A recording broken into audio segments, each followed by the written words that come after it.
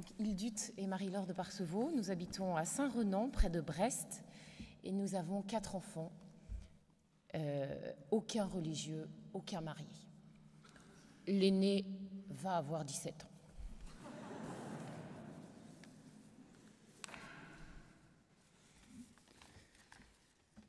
Alors, la question qui nous est posée, c'est, enfin, le thème du moins, s'engager en politique en vue de reconstruire l'Europe aux racines chrétiennes. Alors, on va reprendre quasiment que des éléments qui ont déjà été dits, mais on va forcer le point sur certains points. Dans un premier temps, moi, je parlerai un peu de comment est-ce qu'il faut penser l'Europe. Quand on dit Europe, c'est quoi l'Europe? En quoi ça consiste? On verra. Et Marie-Laure va parler un peu plus de l'engagement. L'Europe actuelle est née d'une réflexion du XXe siècle de l'après-guerre. Une envie de mettre en place, je ne parle pas de ce qui s'est passé pour l'Europe avant, mais je parle de l'Europe actuelle. Une envie de mettre en place un nouveau système de défense militaire et de collaboration économique et fraternelle, les effets de la guerre, de l'après-guerre. C'était une époque d'après-guerre où l'on sentait un besoin de fédérer nos forces pour maîtriser la défense et l'économie. Après la chute du mur, cet objectif de défense a été très atténué. On s'est polarisé sur le système économique et social. Pour cela, il fallait dompter l'homme en attendant que la technique, l'intelligence artificielle, la robotique deviennent le cœur du processus. Un système de gouvernance quasi autonome s'est mis en place, au-dessus et bien souvent au détriment des États. Mais peut-être par la volonté des États ou de certains États. Mais qu'en est-il de la volonté et du désir de chaque pays? Dans ce contexte et cette ambiance, on peut se demander ce que viennent faire ces notions de racines. Excusez-moi, mon écran s'éteint. Dans ce contexte et cette ambiance, on peut se demander ce que viennent faire ces notions de racines dans un système où l'homme est au service de l'économie. Mais si l'Europe veut vivre et perdurer, il va lui falloir se pencher sur les véritables fondements de l'Europe des nations. L'homme, s'il ne veut pas devenir un déraciné, avec toutes ses conséquences destructrices, ne peut que se rattacher à une culture, de préférence celle héritée de ses ancêtres. Il lui est très difficile de troquer sa culture pour une autre, qu'elle soit artificielle ou importée. Il affectionne enrichir sa culture, mais il ne pourra jamais la renier. Beaucoup de nos concitoyens veulent croire et se laissent séduire par une nouvelle culture mondialiste, pouvant et devant remplacer nos modes de vie hérités. Je ne peux m'empêcher de vous relater mon expérience de commissaire de province scout d'Europe à la tête de la Bretagne.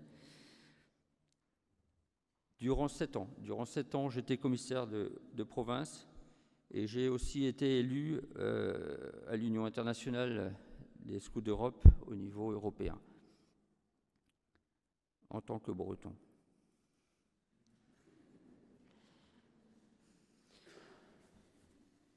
En août 91, JMJ à Czestochowa. Les scouts d'Europe y sont présents, plusieurs milliers, plusieurs quarts bretons. Au milieu de peut-être 15 000 pèlerins de toute l'Europe, nous marchons vers Czestochowa. Au soir du 2e bivouac, je suis convoqué par le commissaire général français des scouts d'Europe.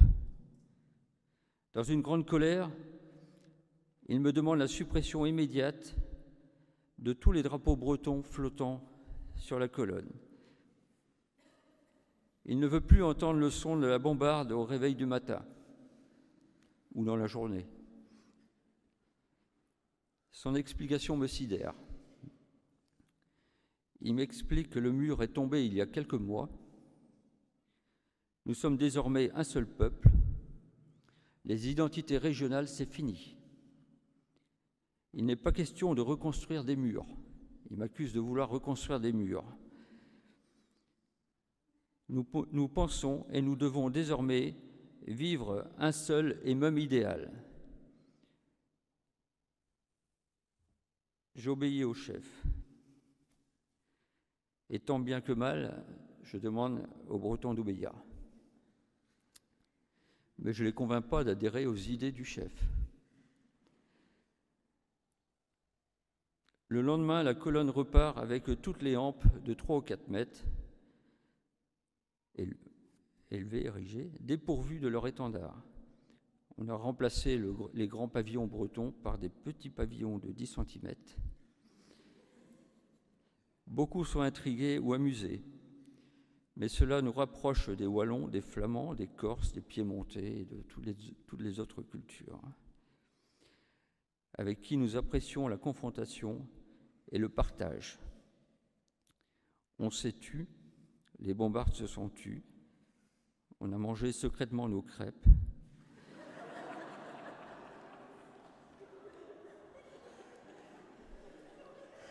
Et on a partagé le menu communautaire qui avait été imposé.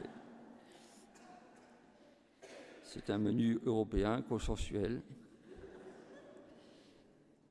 Il nous fallait mettre un mouchoir sur notre culture, mais on ne renonçait à rien. Je crois même que cela nous rassemblait et nous renforçait.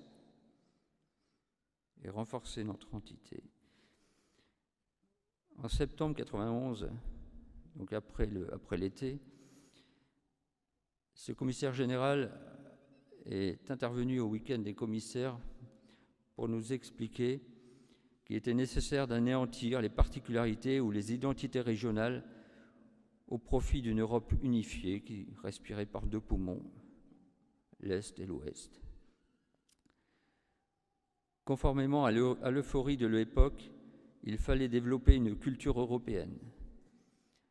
Il envisageait même la suppression des écussons de province sur les manches-chemises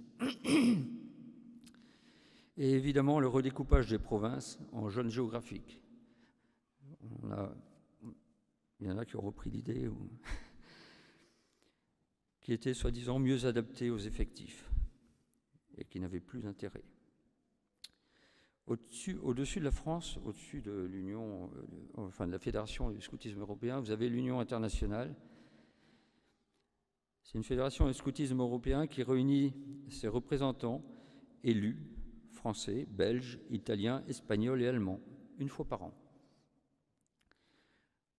En plus des élus nationaux qui sont élus, cette instance européenne dispose d'un élu breton, d'un élu basque, d'un élu corse, d'un élu sicilien, s'il se présente.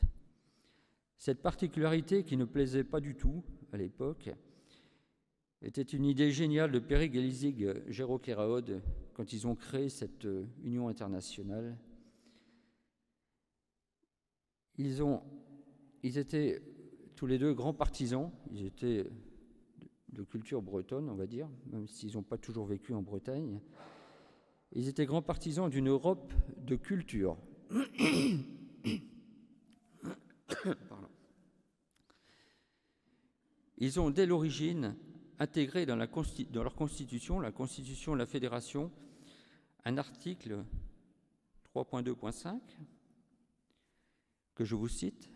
« S'il existe dans un pays une ou plusieurs provinces correspondant à une région socio-culturelle et linguistique particulière, à l'intérieur de la communauté nationale, un délégué de la région socio-culturelle au Conseil fédéral est désigné par le Conseil d'administration de l'Association nationale sur proposition du ou des conseils de province des régions intéressées. » C'est à ce titre qu'il y avait donc des élus bretons.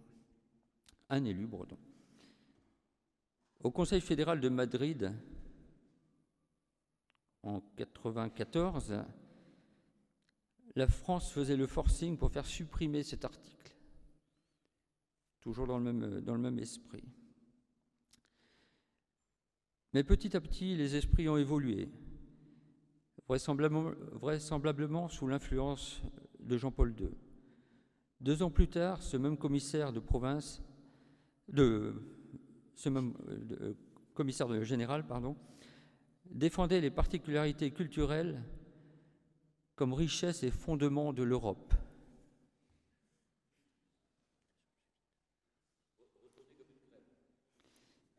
Il a fallu un petit peu de temps. Mais c'est vrai qu'après la chute du mur, on voyait une espèce d'Europe qui plaise à tout le monde. Et il en reste encore beaucoup de traces à l'heure actuelle. Il y a encore beaucoup de choses dans cet esprit. Et si je vous parle de tout ça, c'est pour vous montrer que la réflexion est extrêmement importante sur le sujet. Petit à petit, tout le monde n'a pas une idée claire et lucide de l'Europe. Pour beaucoup, c'est une nouvelle entité dirigeante, autoritaire, qui doit se doter et imposer une même culture novatrice, décidée par un petit groupe d'élus, ou pas élus, cooptés, mais influents et influencés. Dans ses différents enseignements, Jean-Paul II associait le mot « culture » avec un S à celui de l'Europe. Les racines chrétiennes en découlent. Avec le pape François, personnellement, je sens moins ces notions de culture. Le pape François est plus polarisé sur la notion d'homme. Jean-Paul II et Benoît XVI parlaient plus de culture que le pape François. Ça demanderait à être approfondi, comment il voit l'Europe exactement.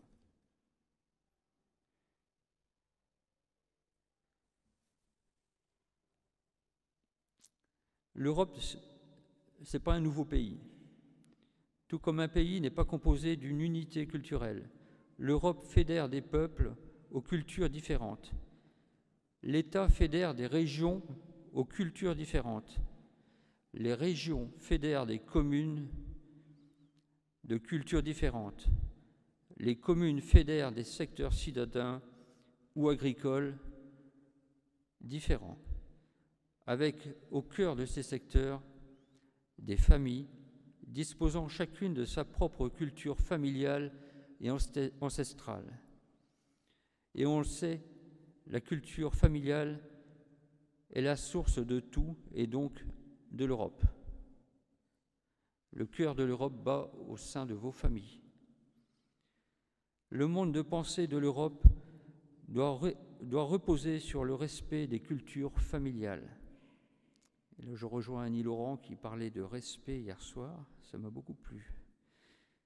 On doit respecter les cultures familiales et l'Europe, ceux qui décident à tous les niveaux, les élus, doivent respecter toutes les cultures qui se trouvent en dessous.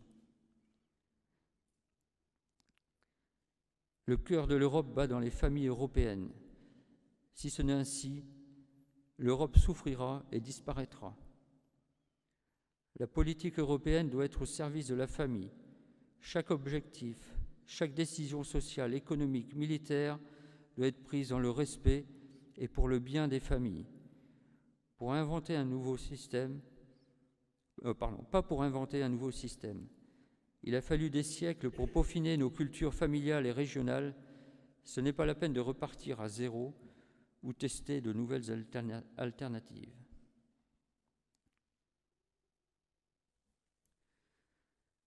Pourquoi le Brexit est arrivé?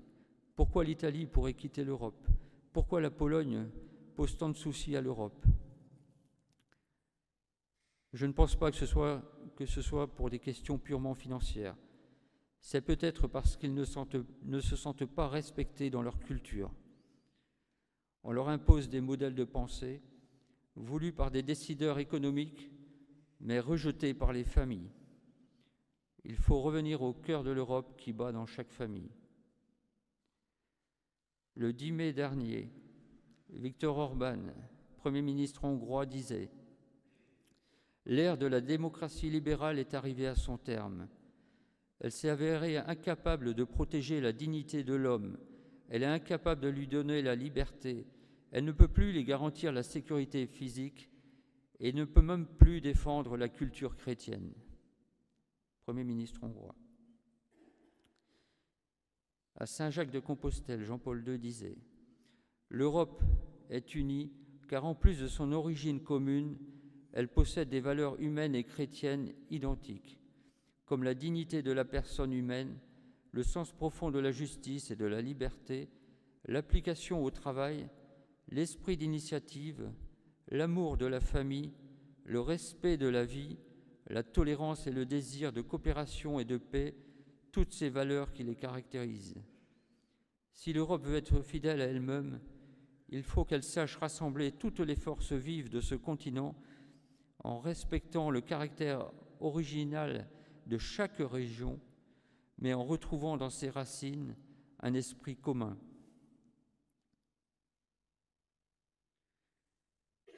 En 1997, devant le Parlement polonais, si nous voulons que la nouvelle unité de l'Europe soit durable, nous devons construire sur les valeurs spirituelles qui furent jadis à sa base, en prenant en considération la richesse et la diversité des cultures et des traditions de chaque nation. Telle en effet doit être la grande communauté européenne de l'esprit. Moi, évêque de Rome et pasteur de l'Église universelle, depuis Saint-Jacques-de-Compostelle, je lance vers toi, vieille Europe, un cri plein d'amour. Retrouve-toi toi-même, sois toi-même. Découvre tes origines, avive tes racines, revis ces valeurs authentiques qui ont rendu glorieuse ton histoire et bienfaisante ta présence sur les autres continents. Reconstruis ton unité spirituelle dans un climat de plein respect des autres religions et des libertés authentiques. En résumé, comme le disait Jean-Paul II, l'Europe doit favoriser la coopération, non seulement économique, mais également sociale et culturelle. L'Europe ne doit pas imposer un nouveau système. L'Europe n'est pas un débat de chiffres, mais comme le précise le pape François, elle est faite de personnes. Alors, dans ce contexte, que veut bien vouloir dire s'engager en politique en vue de reconstruire l'Europe aux racines chrétiennes, surtout après le propos de Madame Annie Laurent qui nous a exhortés à rentrer dans le combat pour la vérité et l'affirmation de notre identité. En guise d'introduction, je voudrais vous donner quelques définitions. Qu'est-ce que la politique ? C'est la science et l'art de gouverner un État et de conduire les affaires publiques d'une nation. Gouverner, c'est diriger un pays ou un peuple. Donc gouverner, on entend gouvernail. Oui, diriger un pays à la manière de celui qui dirige son bateau. Le but est de le mener à bon port. Alors s'engager en politique dans un pays, c'est participer à l'organisation de ce pays et à la vie des hommes qui le composent, par l'exercice d'une autorité légitime, j'y reviendrai, qui fait respecter la loi, j'en parlerai, et qui fait respecter la loi et recherche continuellement le bien commun des habitants du pays. 3 autres définitions, autorité, loi et bien commun. C'est tiré du catéchisme de l'Église catholique. L'autorité, c'est la qualité en vertu de laquelle des personnes ou des institutions peuvent donner des lois et des ordres à des hommes et en attendent une obéissance de leur part. La loi, dans un premier sens, c'est la règle édictée par une autorité souveraine et imposée à tous les individus d'une société, mais c'est aussi, dans un deuxième sens, l'ensemble des règles que tout être conscient et raisonnable se sent tenu d'observer.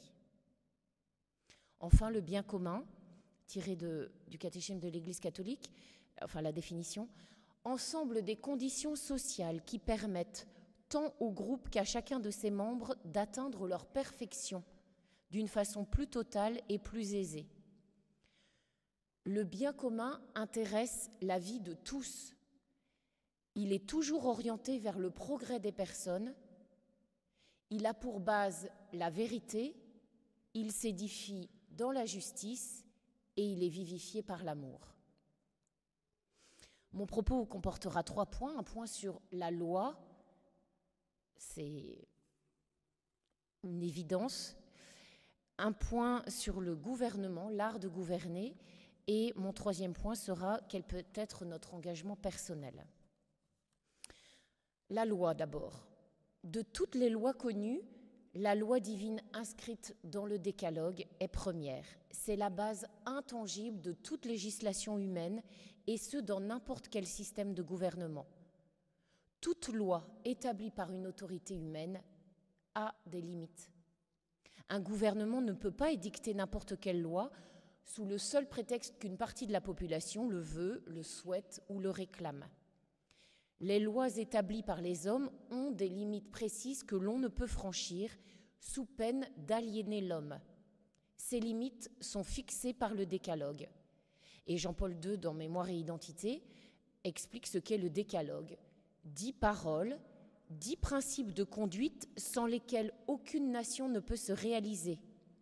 Pour ceux qui n'acceptent pas la révélation, la loi divine du Décalogue a tout autant une valeur obligatoire comme loi morale naturelle inscrite dans leur cœur.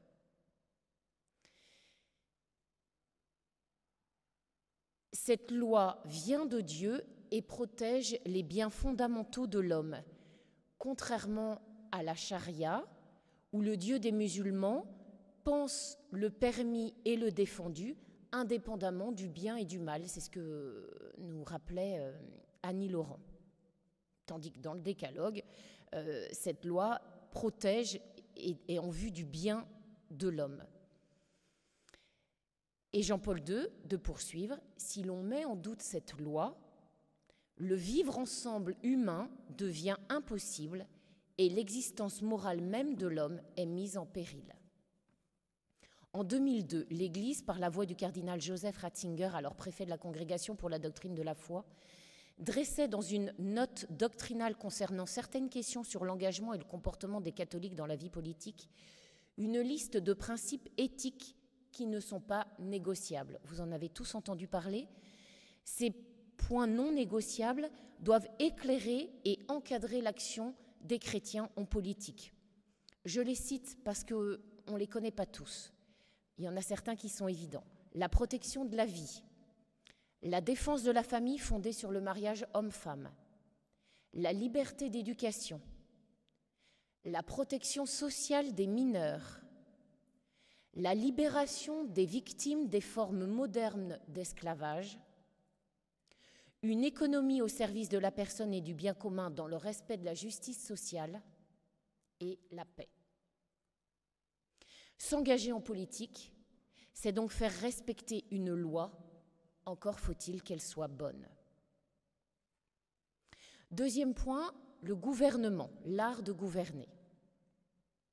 Le devoir de celui qui gouverne et de ceux qui collaborent à cette mission est donc de veiller à l'harmonie de la vie sociale, grâce à une législation ajustée et respectueuse des biens fondamentaux de l'homme. Pour ce faire, le politique doit tenir ensemble deux fils d'Ariane. D'une part, la pratique des principes fondamentaux de la vie sociale. Résumons-les, c'est la doctrine sociale de l'Église qui résume ces principes fondamentaux à 4 valeurs sociales, que sont la vérité, la liberté, la justice et l'amour. Si elles sont défendues et pratiquées, ces valeurs sociales seront les piliers d'une vie en commun plus humaine. Premier fil d'Ariane. Deuxième fil d'Ariane, l'exercice personnel des vertus, autrement dit, des attitudes morales de la personne qui s'engage en politique. Le devoir des responsables de la chose publique est donc de travailler pour que les valeurs vérité, liberté, justice et amour puissent être pratiquées, non seulement dans un rapport interpersonnel, mais aussi plus largement dans l'organisation et la structuration de la société. On en revient toujours au bien commun. Un mot sur chacune des valeurs. Première valeur, la vérité. Et il y a du travail. La vérité sur la dignité inhérente à chaque personne humaine. Vérité dans le monde de la communication publique, de la communication tout court. Vérité dans le monde de l'économie et des finances. Vérité sur ce que je suis comme femme, homme, comme breton, comme normand. Deuxième valeur, la liberté. liberté qui n'existe pas sans vérité. Jean-Paul II écrivait dans Fides et Ration, « La vérité et la liberté en effet vont de pair, ou bien elles périssent misérablement ensemble. » Dans une société où la vérité n'est pas recherchée, toute forme d'exercice authentique de la liberté est affaiblie, ouvrant la voie à une attitude libertaire et à un individualisme qui nuisent à la protection du bien de la personne et de la société tout entière. Troisième valeur, la justice. C'est une valeur qui s'accompagne de l'exercice de la vertu cardinale du même nom. Elle consiste dans la constante et ferme volonté de donner à Dieu et au prochain ce qui leur est dû. La justice m'impose de reconnaître l'autre comme personne, personne d'égale dignité, mais différente par son histoire, son origine, ses traditions. Quatrième valeur, la charité, qui est en fait la source des trois autres valeurs précédentes. La vie en société est génératrice de bien quand elle est vivifiée par la charité, qui fait ressentir comme sien les besoins et les exigences des autres. La charité rend plus intense la communion des valeurs.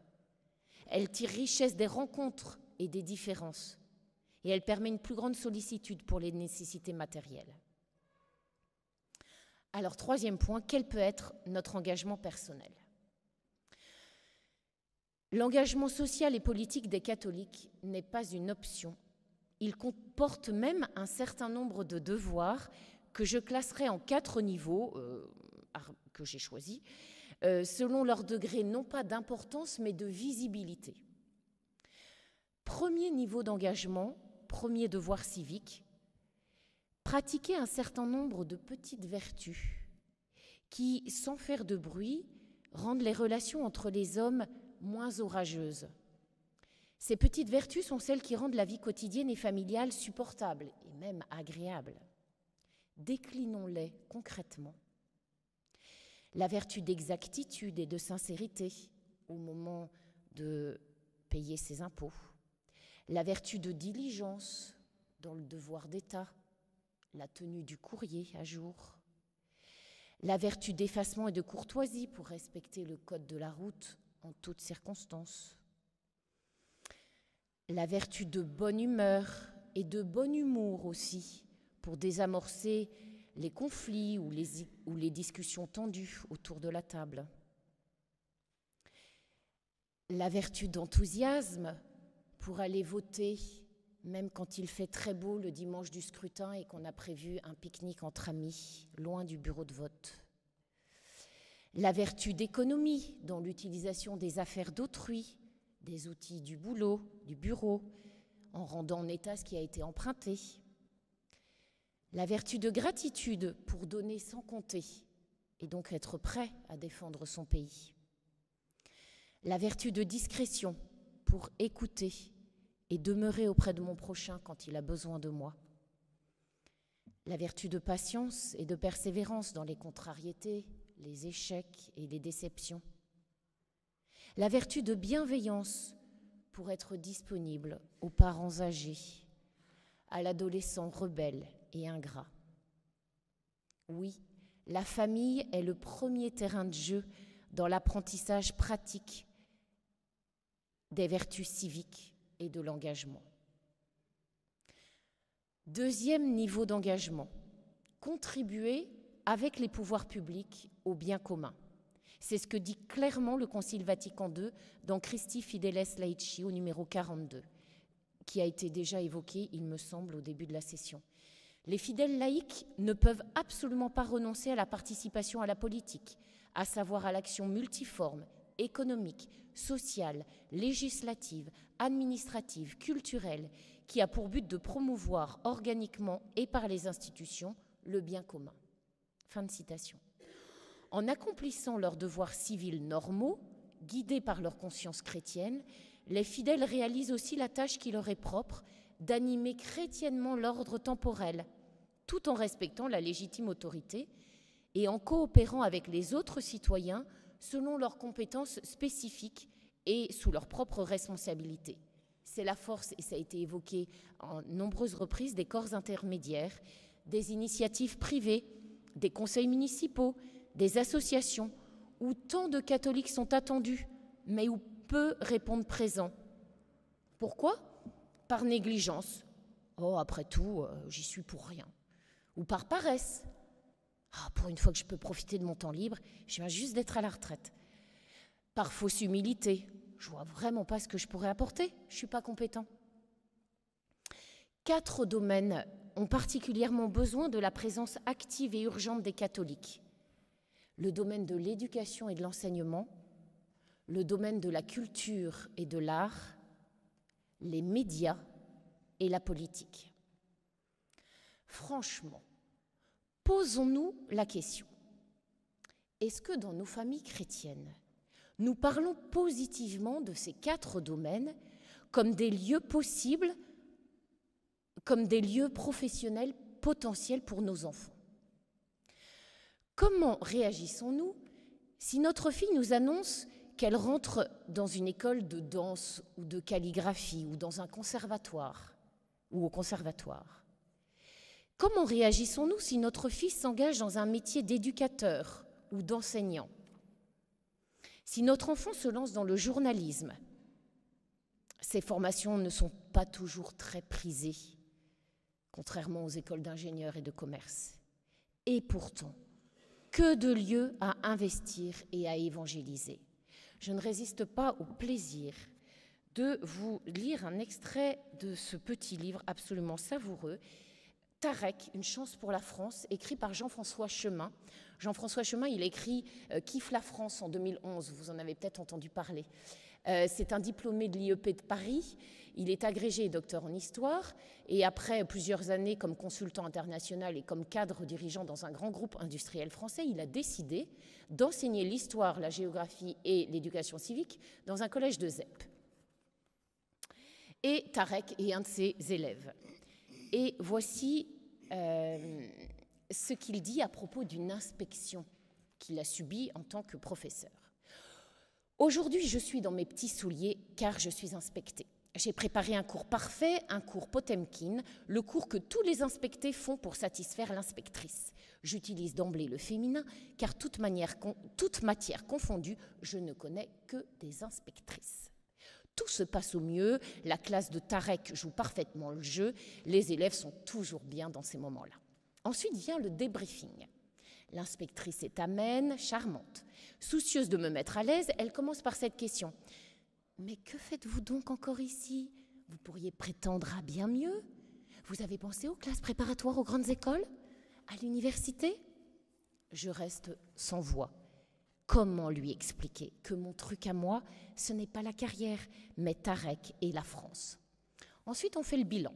L'inspectrice note, à mesure qu'elle parle, ses idées d'une grosse écriture ronde de petite fille bonne élève et en souligne soigneusement certains d'un trait rouge, avec une règle.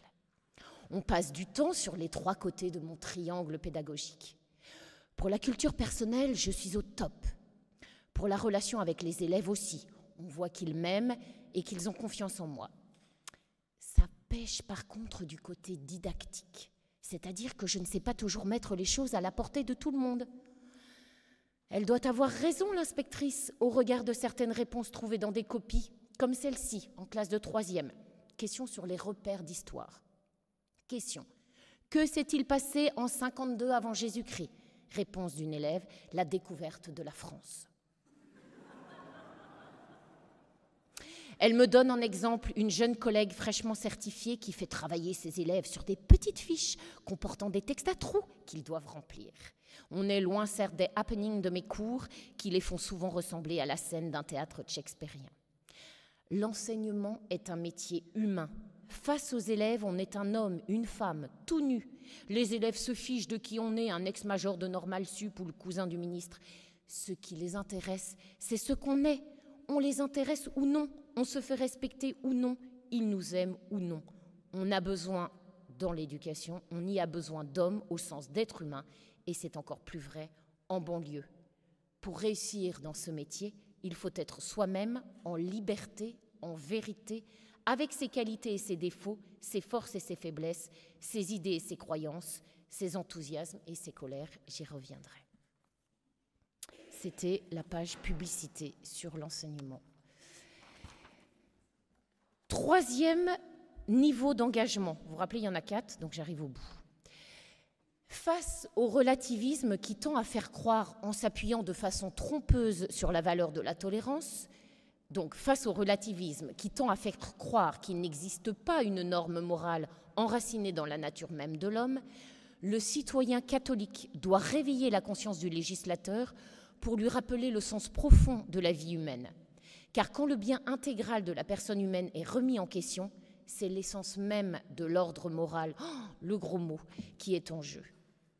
Si des lois brisent de quelque manière que ce soit le caractère intangible de la vie humaine, alors le citoyen catholique doit refuser non seulement de participer à la moindre campagne d'opinion en faveur de ces lois, mais aussi il doit refuser de les soutenir par son vote et plus encore d'y obéir. C'est l'objection de conscience.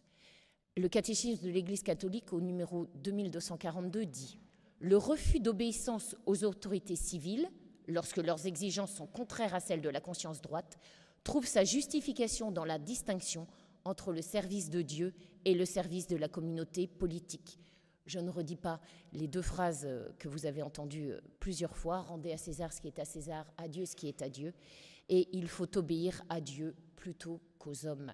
Saint Thomas More en a fait les frais, homme politique anglais du XVIe siècle. Il nous a livré un témoignage fort de la dignité inaliénable de la conscience. Mais même sans aller jusqu'à ce témoignage du martyr, jusqu'à la mort, on avait tout loisir de témoigner, et sans danger cette fois-ci, lors des états généraux, lors des débats sur les états généraux des lois de bioéthique. Est-ce que nous l'avons fait?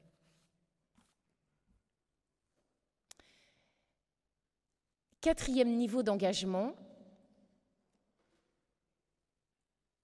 Un engagement politique n'a de sens que si on se met, que pour être au service de la société civile et in fine au service des personnes et des groupes qui la composent. Il importe que les catholiques prennent place parmi ceux qui exercent des responsabilités politiques, car ainsi on pourra compter sur eux pour rechercher et mettre en œuvre ce qui peut contribuer à la bonne marche de la communauté humaine dans son ensemble. Le responsable politique, élu ou non, ne doit pas oublier la dimension morale de son engagement, qui consiste à partager le sort du peuple qu'il sert, à chercher la solution des problèmes sociaux et à pratiquer le pouvoir dans un esprit de service en faisant appel aux vertus, patience, modestie, modération, charité, effort de partage, discrétion. Quel beau programme! N'est-ce pas une bonne raison de s'engager en politique? Jean-Paul II, dans Mémoire et Identité, parle de la distinction classique entre les 3 formes possibles de régime politique que sont la monarchie, l'aristocratie et la démocratie. Ces 3 formes d'exercice de pouvoir sont en quelque sorte indifférentes si leur objectif est de contribuer à la réalisation du bien commun. Dans tous les cas, le présupposé indispensable à chacune des formes de gouvernement, c'est le respect des normes éthiques fondamentales. La politique, disait déjà Aristote, n'est rien d'autre que l'éthique sociale. Cela signifie que si le gouvernement ne se corrompt pas, ce sera le fruit de l'exercice des vertus civiques des politiques. À l'intérieur de notre démocratie, comme de tout régime, il faut donc veiller à ne pas tomber dans cette corruption. Et les catholiques sont peut-être bien placés pour y exercer des vertus civiques. Quant à la réalisation concrète du vrai bien humain et social propre à chaque société ou entité culturelle, il existe bien sûr une pluralité de solutions et d'options et d'orientations qui expliquent la coexistence de partis politiques à l'intérieur desquels les catholiques peuvent non seulement militer, mais encore s'engager. Tel fut le sens de ma candidature aux élections législatives de 2017. Permettre aux catholiques de ma circonscription d'exprimer par un vote leur attachement aux valeurs non négociables qui garantissent, au-delà même du respect de chaque personne humaine, la paix entre les hommes et entre les nations. En conclusion, s'engager en politique et reconstruire l'Europe chrétienne, c'est possible. S'enraciner dans la pratique des vertus morales et civiques, c'est élémentaire. Se former et s'enthousiasmer C'est essentiel. Je peux ou je peux pas? Il reste combien de temps? Il reste 1 minute? Oui. Avant la messe? Oui. Non. Ah, quand même. Ah, pourtant. Ah, c'était trop beau. Bon, ben, c'est pas grave. C'était juste pour vous dire que l'autorité, en fait, c'est la sœur de l'enthousiasme.